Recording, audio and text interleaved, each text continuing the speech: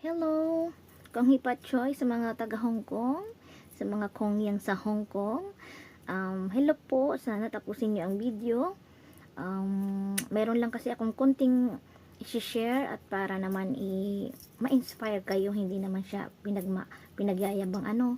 As in, dati kasi hindi ako nagaano sa mga gold kasi nga wala akong ekstrang pera.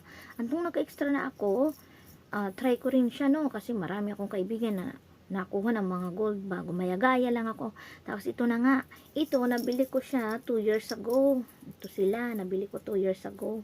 Ang gramo pa nito is 4,360. Imagine magkano na ang gramo ngayong 2026. Aabot siya ng 10,000.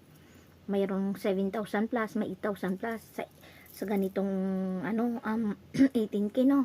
Pero ngayon guys, maisasanla ko siya ng 7,000 per gramo kasi gustong marami daw kasi naghahanap ng Tiffany hardware yun, kaya 'di ba, kaysa naman itago natin sa bangko hindi tutubo, kaya yun lang ang advice ko.